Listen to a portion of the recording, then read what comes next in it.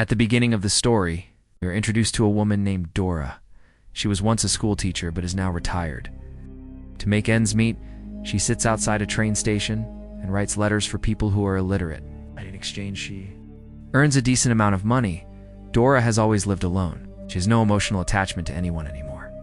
After writing the letters, she takes them home and is supposed to post them later. But sometimes, she doesn't even mail them and it doesn't bother her whether they're sent or not. One day, a 9-year-old boy named Joshua arrives at the station with his mother. Joshua has never met his father, and he asks Dora to write a letter to him, hoping it will bring his father back. But in reality, the father had already left the family for good. Dora takes the letters home and reads them with her friend Irene. When Irene reads Joshua's letter, she's moved to tears and urges Dora to post it. But Dora lies and says she will, even though she doesn't intend to. The next day, Joshua and his mom return to write another letter, hoping to make it even better. While Dora writes, Joshua annoys her by touching her things. He tells his mom that he doesn't think Dora actually sends the letters. But his mom insists Dora is helping them. After writing the new letter, they leave. Joshua plays with his toy top, which rolls away into the road. As he runs after it, his mother stands on the street just then. She is hit by a vehicle and dies. Joshua is devastated. Dora witnesses everything from a distance but doesn't approach him. Joshua, heartbroken, comes to Dora and pleads with her to write to his dad, telling him about the accident. Dora refuses because Joshua doesn't have money. Now orphaned and homeless, Joshua starts hiding in the train station, avoiding the police. Every night, he prays to Mother Mary for his mom to recover, unaware that she has passed away. People didn't allow him to see her body due to its condition. One morning, Dora finds Joshua sleeping near a garbage pile and offers him food, but he refuses because she didn't write the letter for him.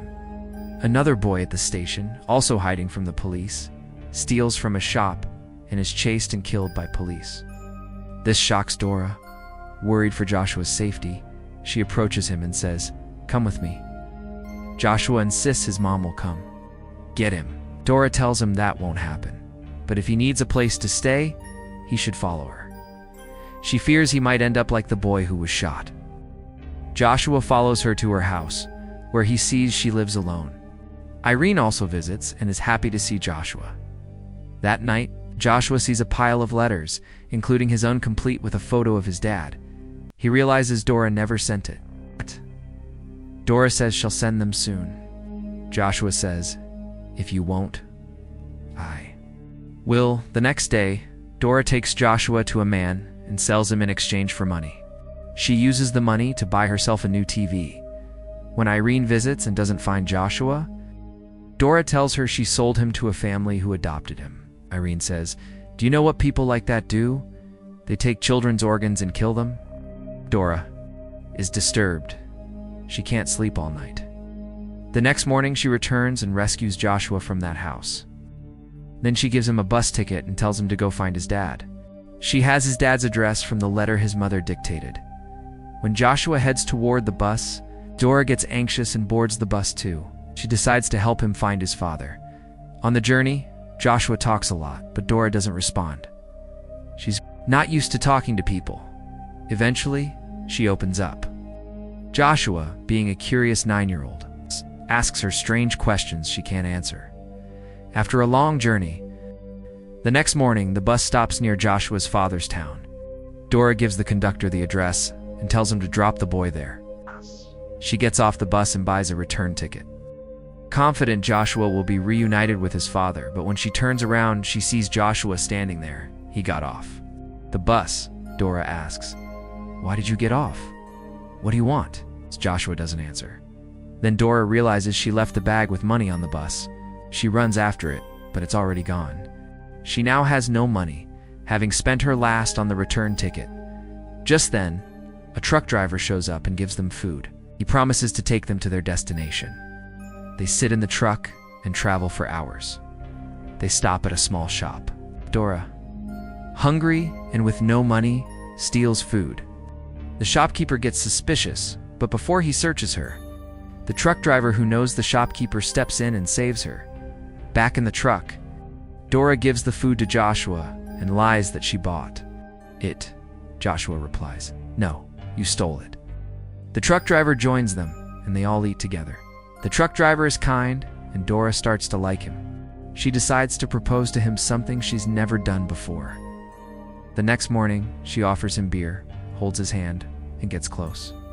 She goes to the washroom to freshen up, but when she returns, the truck and driver are gone. Dora is heartbroken. The driver thought Joshua was Dora's son and misjudged her intentions. Thinking she had loose morals, he abandoned both of them.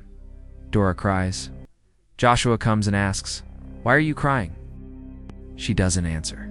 Soon, a caravan passes by headed to their destination. Dora gives her watch in exchange for a ride.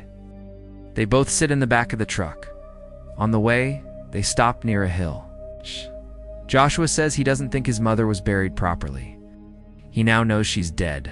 Dora takes him to a sacred spot where people tie threads and make wishes, she says. Tie something and make a wish for your mom. Joshua ties his handkerchief as a tribute to his mother. Let me know if you'd like the video title, description, comma-separated tags, and hashtags for this summary as well. Here is the full English translation of your script. Keeping every detail, emotion, and structure intact, both of them soon reach the city where Joshua's father lives. The address was written in the letter his mother had sent. When they arrive at the house, they find a man there. It turns out that a different family now lives there. Dora tells the man that Joshua is his son and shows him the letter. After reading it, the man tells them that he is not the person they are looking for. He explains that someone else with the same name used to live there, but after winning the lottery, that person moved away to a place very far from here. This news leaves Dora and Joshua devastated. They had reached here after facing so many hardships. On top of that, Dora had asked her friend Rena to send some money to Joshua's father at this address. But Rena mistakenly sent it to the wrong address. They're completely out of money. Again, and they have to continue their journey without any support. Dora is now completely irritated. She starts scolding Joshua, telling him that his parents gave birth to him and abandoned him. And now he has become her responsibility, she says. She's tired of him. Hurt by her words, Joshua runs away, and Dora follows him through the crowded street. While running, she falls and faints. The next morning when she wakes up, she finds her head resting on Joshua's lap. Both of them look at each other and smile. Even though they argue and fight, they deeply care for one another. Now, they're faced with a huge problem. They need money to get out of here, but they don't know where to get it from. This was a time when online transactions didn't exist. Suddenly, Joshua starts shouting out loud, saying that they will write letters to God, and in return, people must pay them. Soon, many people gather around them, people who once prayed to God and had their wishes come true. These people now start dictating letters to God, and in exchange, they give money to Dora and Joshua. They end up collecting quite a lot of money. With that money, Joshua buys a beautiful dress for Dora. They even take a photo together. Night, they stay in a hotel. Joshua is about to burn all the letters they had written for people, but Dora stops him. She has now realized her responsibility. Any letter written for God should not be burned or thrown away, but should be delivered properly. This sense of duty awakened in her after spending so much time with Joshua, whose care she had taken upon herself through all these struggles. It wasn't easy, but it changed her life completely. The next morning, they arrive at the place where Joshua's father's new address is. It's an area filled with similar-looking houses. They find out that Joshua's father no longer lives there either. He had suddenly disappeared. Joshua's heartbroken. He decides to stay there and wait for his father. Dora tries to convince him to come with her, saying they can live together. Joshua agrees.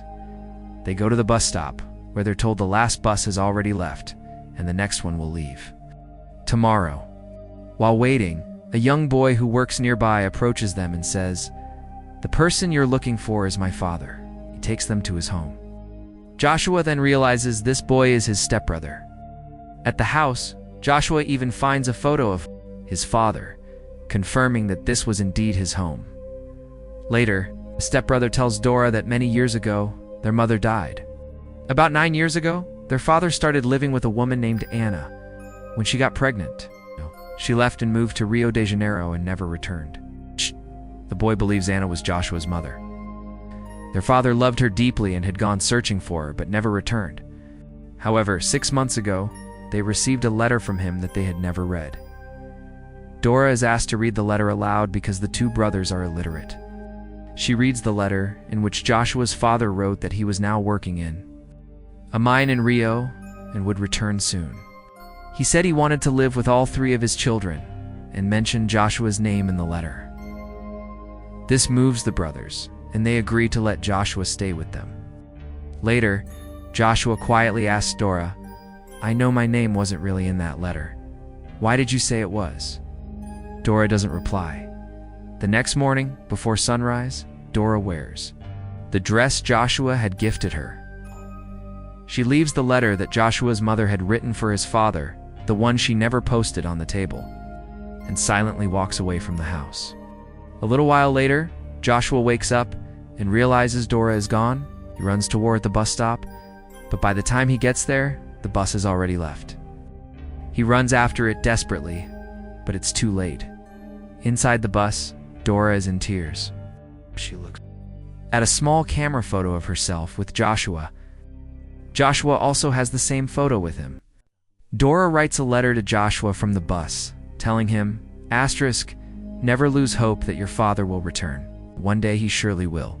*, and with this emotional separation, the story ends. Although Dora had never formed any close relationship in her life before and used to be bitter, her life changed completely after Joshua came into it. Now she understands the meaning of relationships and emotional bonds. But perhaps her journey with Joshua was meant to end here, because Joshua's mother always wanted him to live with his father, and Joshua wanted the same. That wish may come true very soon, and with that final scene, the movie end, this beautiful story comes to an end. Let me know in the comments which movie story you want to hear next, because I read all your lovely comments, and I'm deeply thankful for them. Let me know if you'd like an English title, description, hashtags, or comma tags for this too.